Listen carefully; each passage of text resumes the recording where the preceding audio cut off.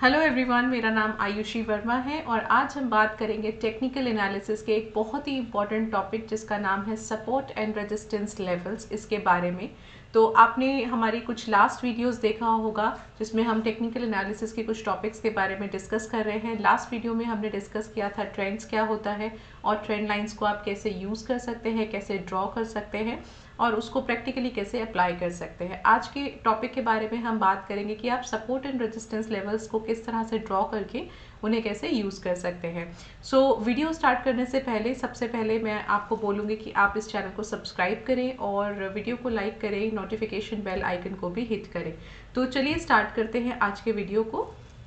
All right, so now let's talk about the support and resistance कि हम किस तरह से इसको ड्रॉ कर सकते हैं।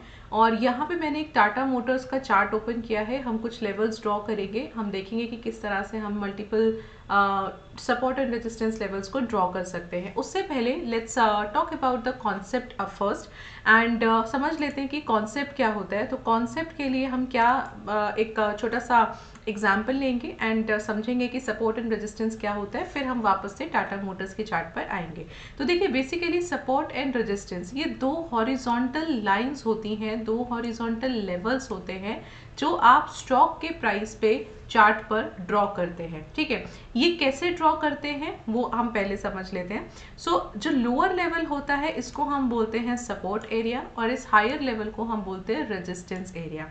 ऐसा क्यों होता है? Because most of the time हम सपोर्ट एरिया को ऐसे एक पॉइंट को सेलेक्ट करते हैं जहां से प्राइस जो है वो बार बार इंक्रीज हो रहा है, राइट। और रेजिस्टेंस एरिया, हम एक ऐसा रेजिस्टेंस एरिया को सेलेक्ट करते हैं जहां से प्राइस जो है वो बार बार वहां से फॉल हो रहा है, right. So this is how you can C a movement कि प्राइस का अगर एक पर्टिकुलर प्राइस इसी एरिया के बीच में मूव हो रहा है तो हमारे लिए ये रेजिस्टेंस और ये सपोर्ट बहुत इंपॉर्टेंट हो जाएगा। Because 1, 2 and 3 times resistance act किया है एंड 1, 2, 3 एंड 4 टाइम्स यहाँ पे सपोर्ट एक्ट किया है। तो ज़रूरी नहीं है कि आपको ये एग्जैक्टली सपोर्ट और रेजिस्टेंस लेवल पर ही प्राइस आएगा, but there is a high probability कि इसके आसपास ही आएगा। And that is the reason, अगर हमको लगता है कि प्राइस जो है वो इसके आसपास नहीं है तो हम मल्टीपल लेवल्स भी ड्रॉ कर सकते हैं। ऐसा ज़रूरी नहीं है कि आपको सिर्फ पूरे चार्ट में 2 ही लेवल्स ड्रॉ करना है, राइट।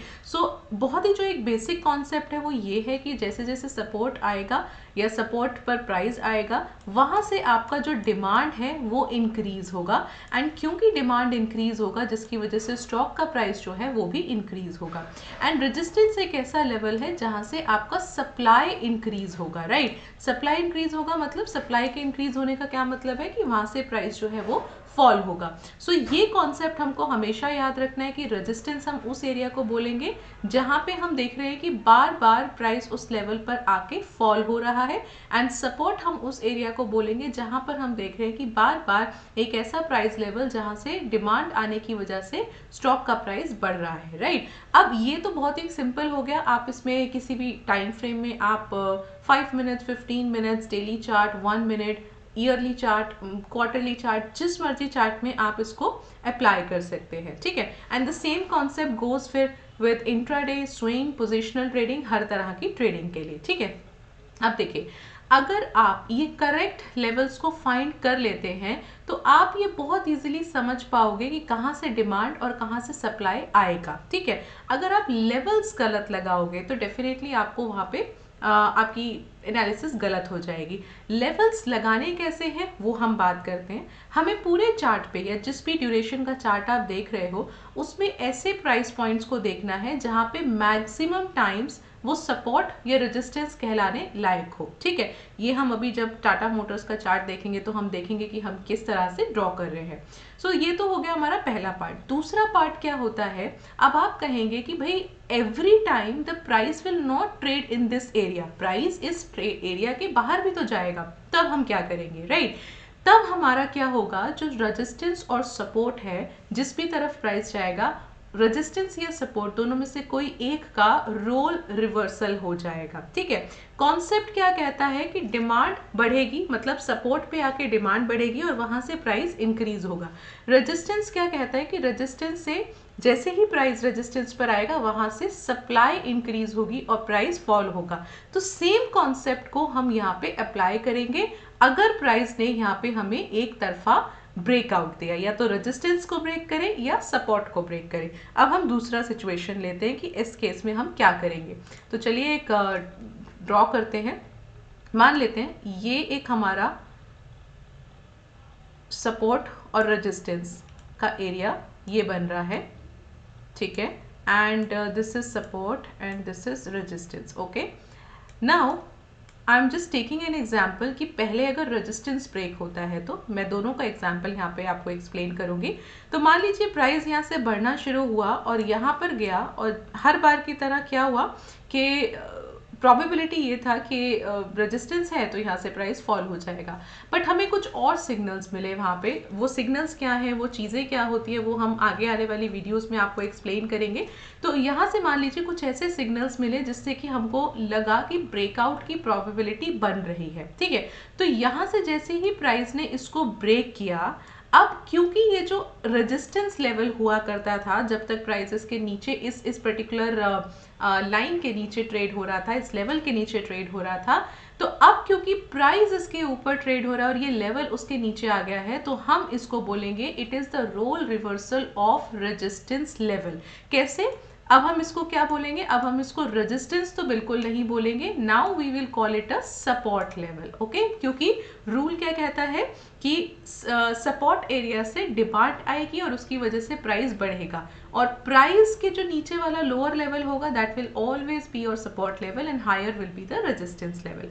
अब क्योंकि यहाँ पे मेरे पास दो सपोर्ट एरियाज आ गए, तो I can call it, because अब मेरे पास मल्टीपल सपोर्ट एरियाज आ गए, तो यहाँ पे what I can call this level as S1 which is support 1 and this level as S2। Okay, so ये दो लेवल्स मेरे पास सपोर्ट आ गए। कहने का क्या मतलब है कि मान लीजिए कि अगर ये सपोर्ट 1 पे पहले प्राइस आएगा, अगर उसको ब्रेक करता है तो सपोर्ट 2 पे जाएगा। ठीक है, तो ये हमारा हो गया first concept. Now we need another resistance level, क्योंकि पहला वाला रेजिस्टेंस लेवल तो अब सपोर्ट लेवल हो गया, तो we need to just see कि वो कहाँ पे ड्रॉ कर सकते हैं। Maybe what we can see, we can just take up a level here and okay, I'm sorry, so in that case what we need to see, we just need to take another support here. So in that case it will be support 2 and it will be support 3 and this is support 1. Okay, so this is the new resistance level. So let me just again explain, because यहाँ पे एक step हम लोग miss कर गए हैं. Let me just again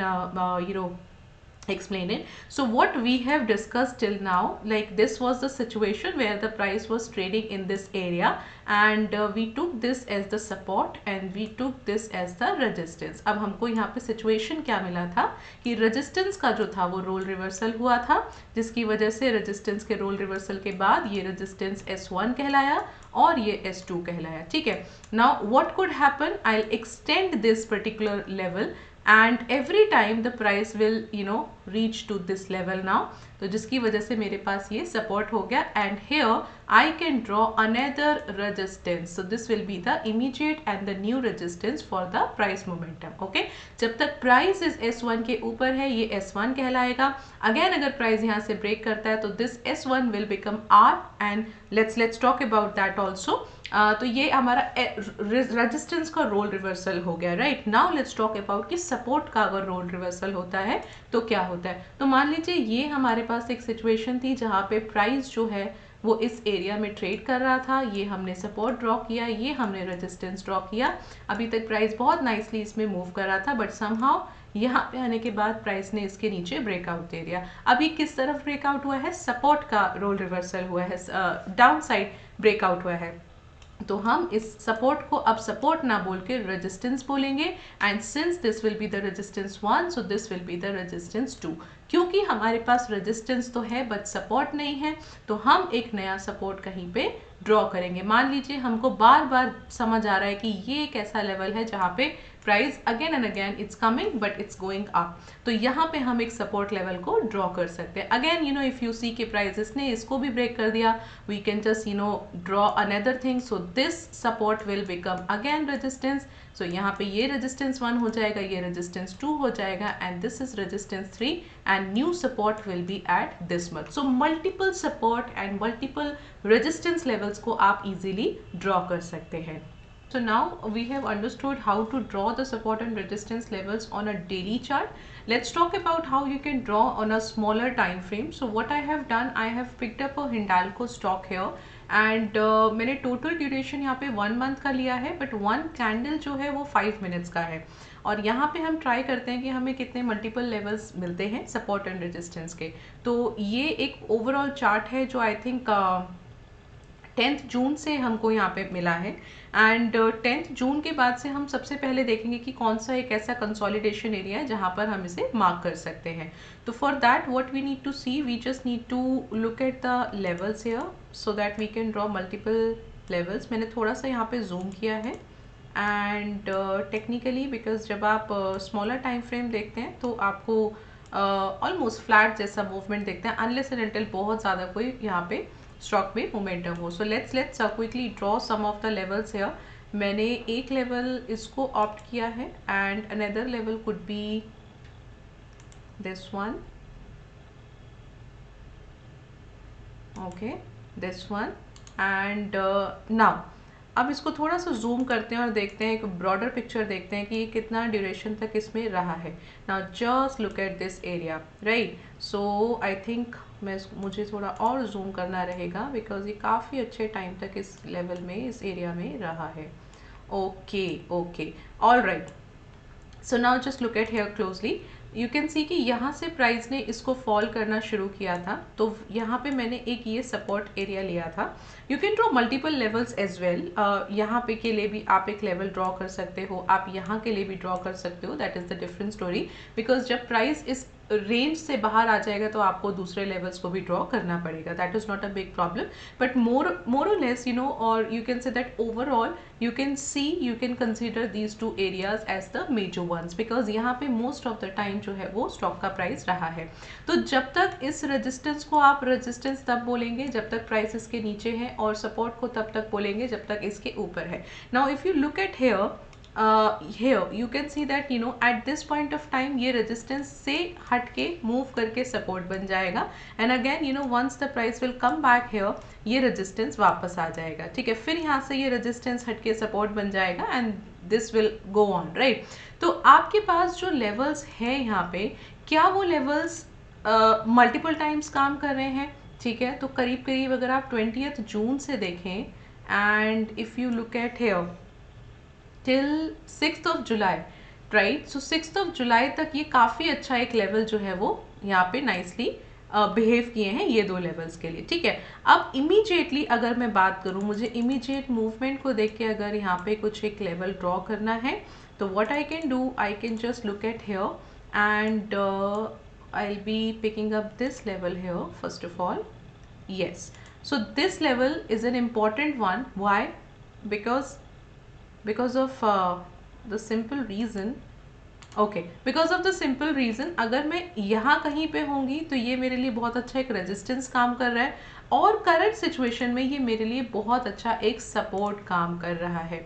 क्यों? क्योंकि प्राइस जो है वो इसके थोड़ा सा हायर साइड है. तो द लेवल ऑफ 368.5 5 मिनट के टाइम फ्रेम में हिंडाल्को के लिए एक अच्छा सपोर्ट एरिया हो सकता है, और रेजिस्टेंस जो है वो आप ले सकते हैं 376.23 का 5 मिनट्स के टाइम फ्रेम में. एंड अगेन अगर आप टाइम फ्रेम चेंज करते हैं तो लेवल्स आपको नए लगाने होंगे. ऐसा नहीं होगा कि 5 मिनट में जो टाइम फ्रेम में जो आपने लेवल्स लगाए वो 15 मिनट्स में भी काम करें, या डेली में जो आपने लगाए वो 15 मिनट्स में या 5 मिनट्स में काम करें. So for every time frame you need to change the levels, and as per the time frame you need to draw it. Okay, so for this time frame this could be the levels, and now again just to rephrase my everything, my whole thing.